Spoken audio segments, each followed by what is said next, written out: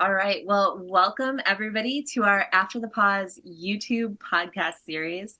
It's always such a mouthful to say. I think I said it right. Yes. We're excited to be here with you. If it's your first time joining us, welcome. We're so excited to have you here. For those of you who don't know, this podcast came out of the book that Kate and I wrote together, A Place Called Braverly. And in that book, ultimately a book about courage, but in it we have a pause section after every chapter, and it's just an opportunity to just stop for a second, to reflect, to have some conversation, and to sit with the Lord. And really, this podcast comes from that place. It's a chance for us to pause, to really talk about the things that are on our hearts, but ultimately that's on the Lord's heart. And it's given us a really cool opportunity to meet some amazing people along the way, one of whom is with us here this evening or morning, depending on when you're watching this. Lorianne, thank you so much for joining us. Oh, thank you. It's such a blessing to be here. Yes, we're so excited to hear from you. But before we do, I want to go ahead and read the little intro for you just to let people know a little bit about who you are before you share. So, Lorianne Wood lives in an empty nest in beautiful Bentonville, Arkansas, with her husband and the love of her life, whom she found in ninth grade. That's incredible. Having discovered a serious heart condition almost too late, Lorianne writes to encourage others to explore their difficult faith questions along the detours of life. And you can read more from her at loriannewood.com. You can find that link below. We'll talk about it again at the end. But Lori, again, thank you so much. As we dive in, we'd love to just hear a little bit more from you about your story, and really if you could share a little bit more about this journey of this unplanned route that you've been on with the Lord. Of course.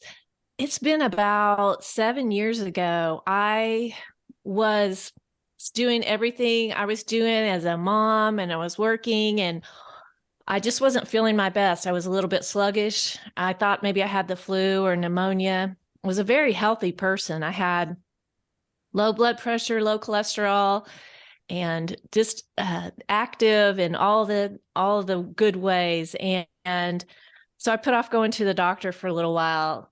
And when I finally did go to the doctor, he immediately took a chest x-ray and found that I had a very enlarged heart, and I was admitted into cardiac ICU. And within about 24 hours, I learned that I had heart failure, and my heart was functioning at just 6%. And the doctors couldn't believe I didn't know that, but I didn't know that.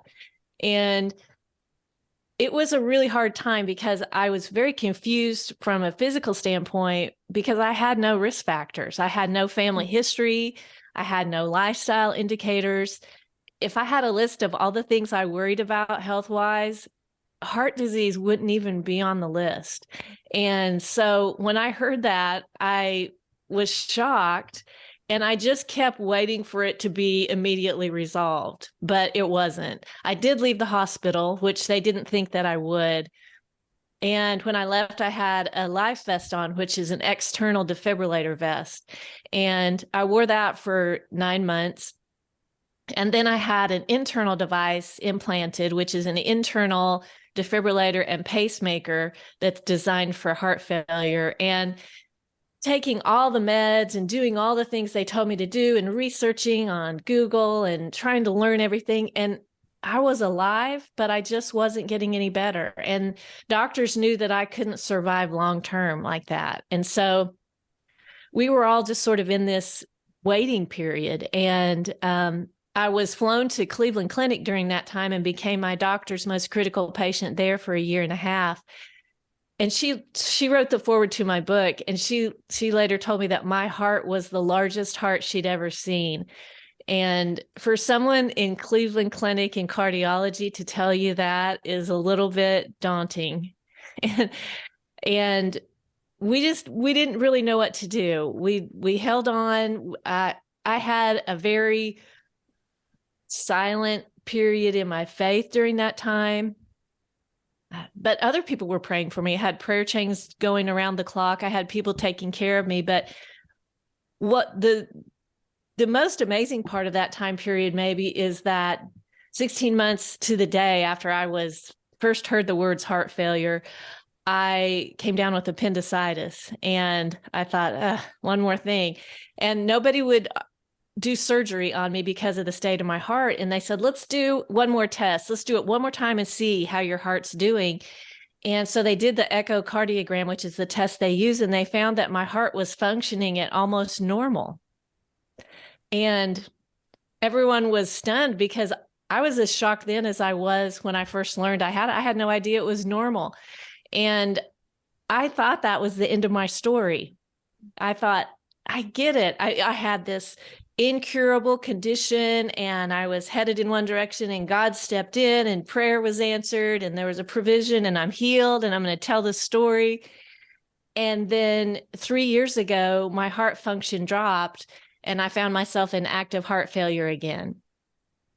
And what I've learned physically and medically is that heart failure is a chronic progressive disease. So it only goes in one direction and it never goes away. As one of my doctor friends told me early on, the heart is the only muscle that can't heal itself.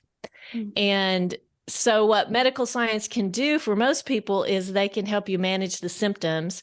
And for some people, they can slow the progression. But ultimately, it only goes one way. And what was happening when I was having those normal readings is that when you're on that downward track, if you can imagine a downward sloping line graph, you can have some spikes up, but the general direction is still down. And so that's what was happening to me. And the book that I wrote is really, it was kind of born of this diagnosis and this illness and everything I was dealing with there, but it's really primarily not about the medical events. It's about what was happening to my faith at that time and how I was dealing with what was going on. And I started writing about it and realized that I was hitting some nerves with some other people that were on detours, very different detours, but still a detour in life. Wow. That is remarkable. Thank you so much for sharing your story with us. I'm sure you've talked about it, at least once or twice. But I'm sure that it can be difficult to relive some of that stuff, and you're still living it still today. So just thank you, first of all, for sharing your story with us. Of course. One of the things that, of course, I want people to understand where I was faith-wise, but sort of an underlying mission of everything I'm doing is just for people to be aware of symptoms and, their body, because I put things off for a long time that I should have. If I had looked at them all together, I should have thought, this is kind of a big deal. Mm-hmm. And I didn't do that. So I'm hoping that not only are people encouraged in their faith when they hear about the book and read it, but also that there's this little whisper that says, don't ignore something that is not right in your body. Absolutely. Yeah. And it's so interesting because what you were going through there, I'm sure there was so much going on. There's so much physically going on, mentally, emotionally, just in all of those ways. And so I'm curious, in that season in particular, what were some fears that you were walking through and insecurities, and how did you keep moving forward? I think that's what I'm having a hard time wrapping my mind around as you share your story. Is just like, how do we keep moving forward when it's like, oh, this is uncurable. This is something I will live with forever. So for you, how did you keep moving forward, even though you had fears and insecurities or whatever you were going through? One of the things about heart failure that I've learned over the years is that they don't give you sort of a, you're in stage this or you're in stage that. They have these different categories, but it has to do with how well you function and how well you respond to different things. And so they can't look at your heart and say you have X number of months left. And so heart failure varies so much from person to person. And it's really hard to get a grasp on it because of that. So what I think my biggest fear during that time, and I think I mentioned that I had a hard time praying during that time. I felt like God dropped the ball on his end, honestly, and that I was doing all the things I was supposed to do. I've I've always known about God. I've always been a Christian. I raised my kids in a Christian home, and all these prayers just seemed to go unanswered. And my biggest fear at that time was that maybe he wasn't there. Maybe I got it wrong all these years. And maybe worse than that is maybe he is there and he's not listening. Or even worse than that, maybe he's listening and he doesn't care.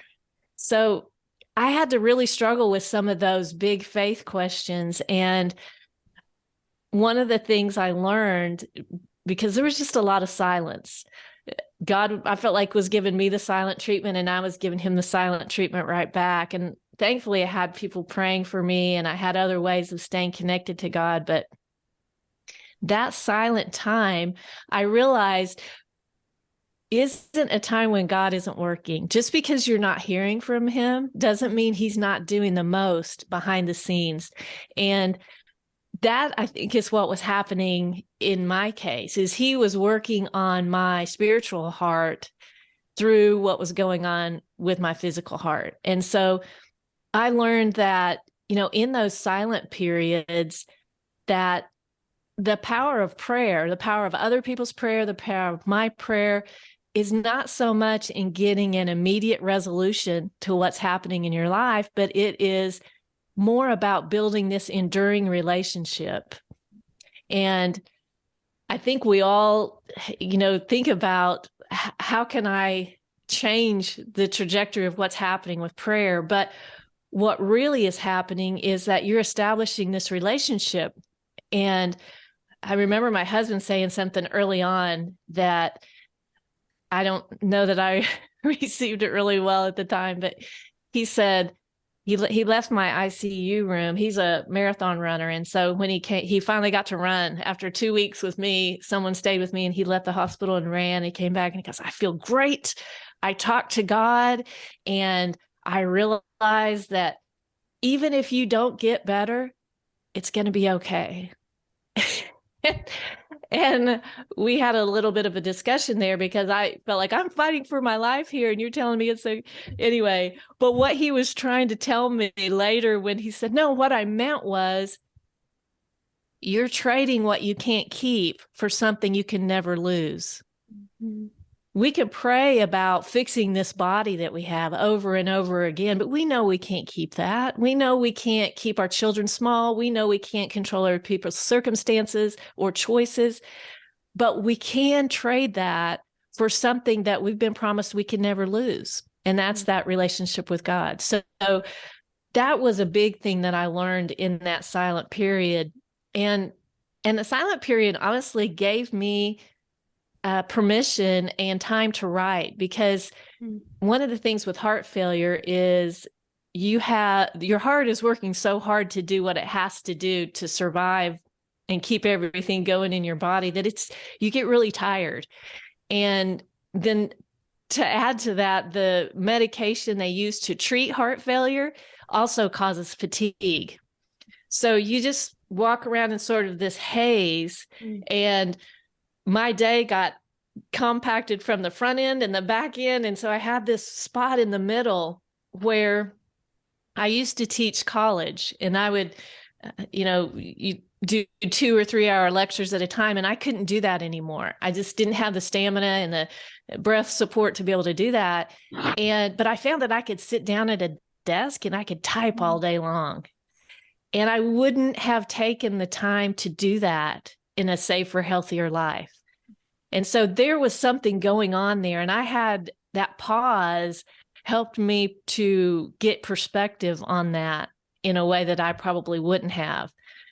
And then the other thing I learned during that silent time is that, and we talked about that just a little bit ago, about our bodies, they're only designed for a little while. But some things, and it's not just our bodies, but relationships and circumstances, some things this side of eternity don't fix. And I'm kind of a fixer. I want to fix things. I want to make them right and make them happen and make them resolve fully. And the reality of it is some things don't fix. And it's okay to pray that they will, but to hold God accountable and to judge his character by whether he does fix that isn't really fair. No, that's a huge statement. And I think, I Mhm. mean, it lends itself next for the next question I wanted to ask you, because I think in those lowest and darkest moments, right, we can get this image in our mind of who God is. And maybe it's not always consistent with who he actually is. And so Yeah. for you, you've alluded to this some already, but what is it that you discovered personally about God as you walked through that season? Um, and even in that, what surprised you about what you discovered about God in that season? Mhm. I think the biggest thing I took away about God in that season is that we, or I speak for myself, is I had always expected when God works, he works in big ways, in big flourishes. He Mhm. parts seas, he raises people from the dead. And what I found during those 16 months and really over the past 7 years is that maybe God works the best in the mundane, in the everyday, showing up over and over and over again, and his faithfulness and those little things. And I write about this in the book. There's an essay in there called Mundane Matters, because that's how that relationship is established. And there was a nurse practitioner. She was the first one that told me, I'd never met her before, and she came into my room to tell me that I had heart failure, and she grabbed a hold of my ankle through the bed sheet. I remember her doing that, and I thought, well, that's kind of weird. I don't even know you. She grabbed my ankle and she said, I'm about to pull the rug out from under you. And I thought, wow, that's not something you hear every day. So she was the first one that told me about this. And then when I was in the hospital getting my appendix out, and they found that my heart was near normal, she was the one that came in and told me that. And I thought, even at that time, that that was a little bit like God holding on through that time, because her coming in to tell me my heart was normal at the end wouldn't have meant anything if she hadn't been there through every checkup and every disappointing test and every hard conversation we ever had. And the same is true for God. If we leave him out and he's not in that everyday mundane disappointment, then the big things aren't as big, and they we don't see him in it. So that was probably the biggest thing I learned about God, was that I started looking for him in the everyday instead of in the extraordinary moments of life. Oh man, that's so good. I'm actually gonna pivot the next question a little bit, because I think that there's something really powerful about um that idea of seeing the Lord in the mundane.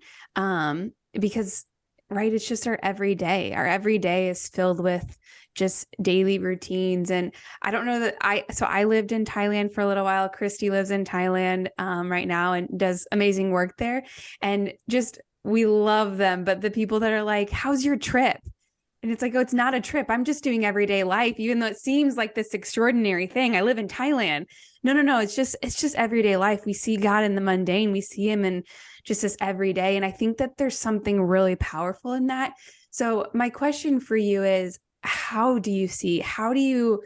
what practices do you have to see God in the mundane? Because I'm not sure it's as simple as like, you just do. All of a sudden you're like, here he is. I think that there's some intentionality in there. And so I'm curious for you how you might answer that, of how do you see him, or what practices do you have to see him? One of the things that I learned, and I don't know if it was really a practice or just something that I kind of fell into, so much of this I just sort of fell into and rolled with, and, tucked and rolled. But um, one of the things I realized is that God wants us to keep talking to him.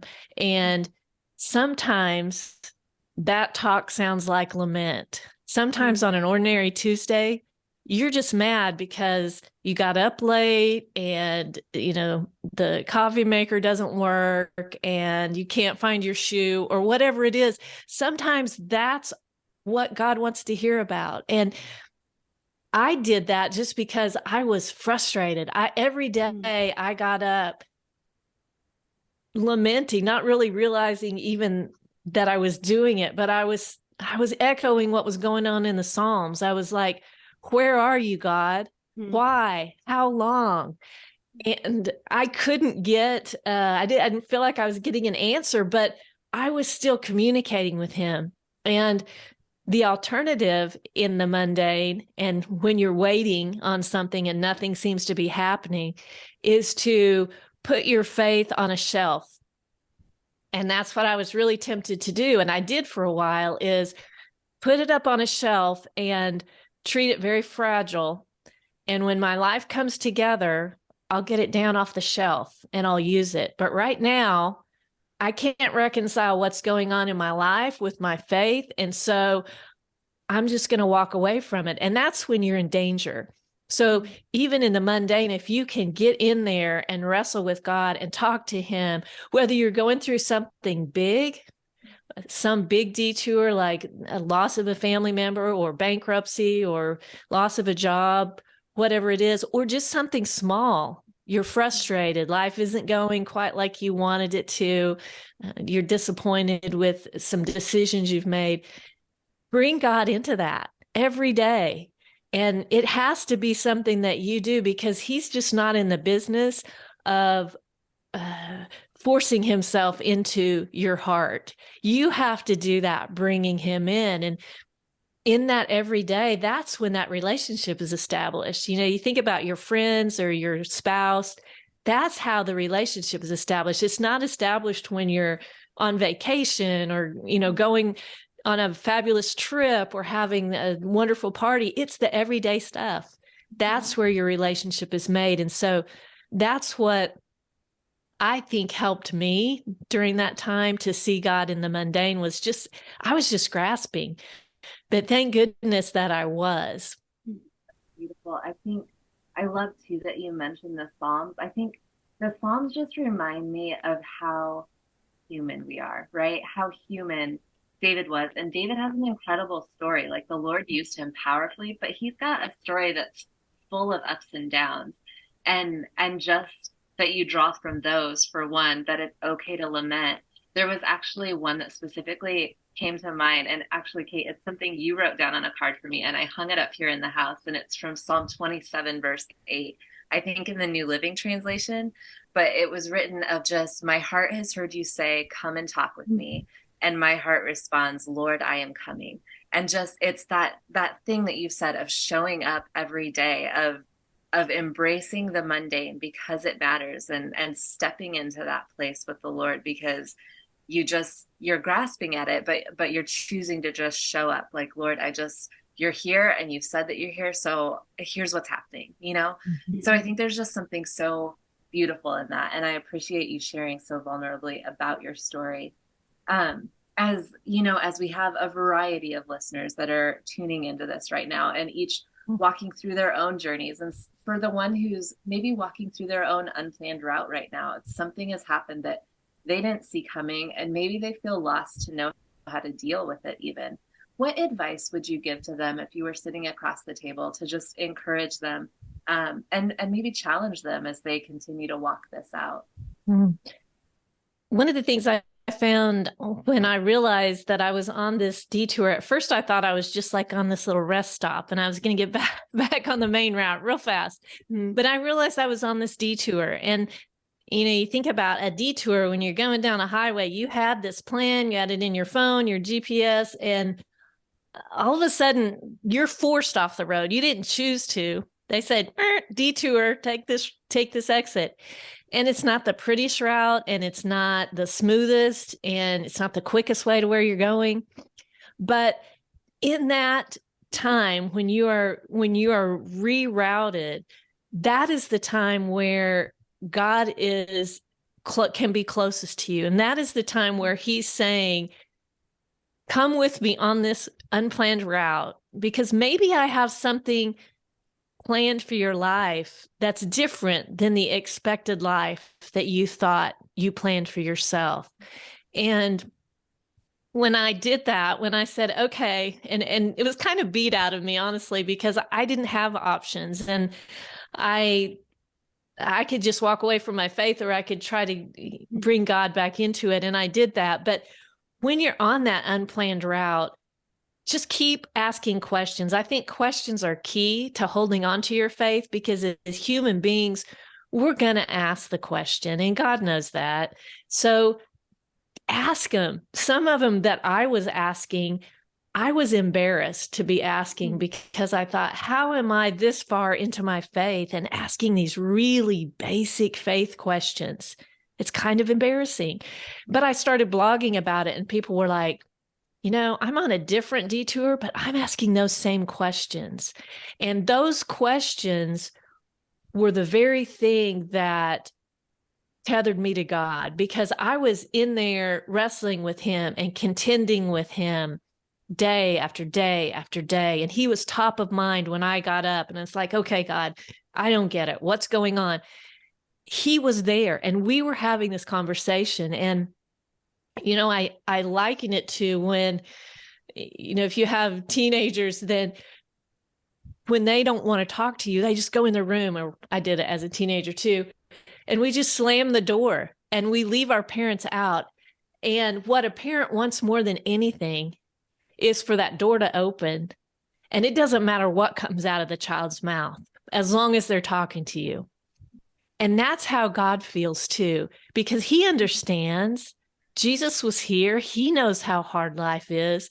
So he just wants us to keep choosing him again and again and again. And in that everyday ugly detour, that's when we get the opportunity to do it. Wow, that is powerful. And man, your story is remarkable. And there's so much more that I want to talk to you about. And there's so many more questions I have for you. We actually do have more, but we're running out of time.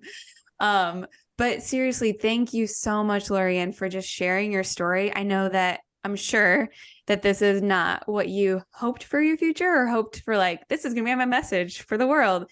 But I am so grateful that you are allowing the Lord to use it in this way. So thank you so much.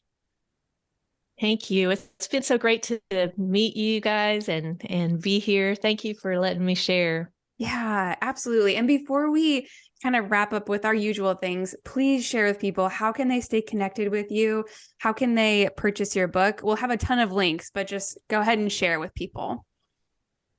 Yes, I would love for, if anyone would be interested in, I have a free gift on my website that came out of that time when I was just really feeling distant from God and silent with God. And it's called 5 Prayers and Promises When You Can't Talk to God. And I would love for anyone to download that if they would find that helpful.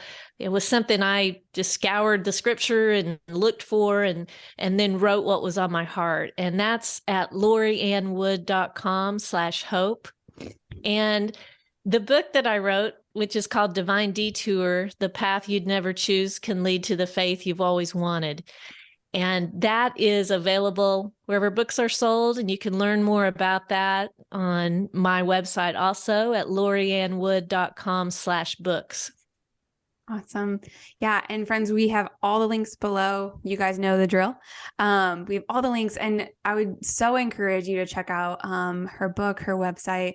Lorianne, seriously, thank you so much again for joining us. I am 100% sure that just this conversation will have been encouraging or challenging it was to me. So I know that at least one person was encouraged and challenged. So that's good. But I have no doubt that more people will be. So just thank you so much. Oh, it was a blessing. And thanks for what you guys do. Yeah, absolutely. So just to kind of wrap up today, we've been closing with a quote from our book, A Place Called Braverly, which, by the way, if you do not have a copy, you can purchase at aplacecalledbraverly.com, or you can get a free ebook there of this book, which who doesn't love free things? But to wrap up, I just want to close with this quote from the book. It's actually, I believe, from chapter 1, which I should know because I wrote chapter 1. So that's embarrassing, but I believe it's from chapter 1. But it says, in the Father's perfect love that casts out all fear, we find a place of peace. And from the resting place of his love, we find the life our soul craves, a life overflowing with courage. And I think that this quote is so perfect for what we're talking about today, because there's nothing Lorian, that you can do that's going to heal your body, right? There's nothing that we can do that's going to fix the problems that we have in this life. But what we can do is rest in the Father's love. And in his love that casts out fear, we find courage, and we truly find the life that we have longed for, and the faith that we've longed for. So friends, just be encouraged by that today. Just let go of the striving and trying to fix everything. And join me, especially in that just everyday challenge of resting in the Father's love, because he longs for us to find our life and our courage there. So thank you so much for joining us again, Lori. Christy, thank you so much. And we'll see you guys next week.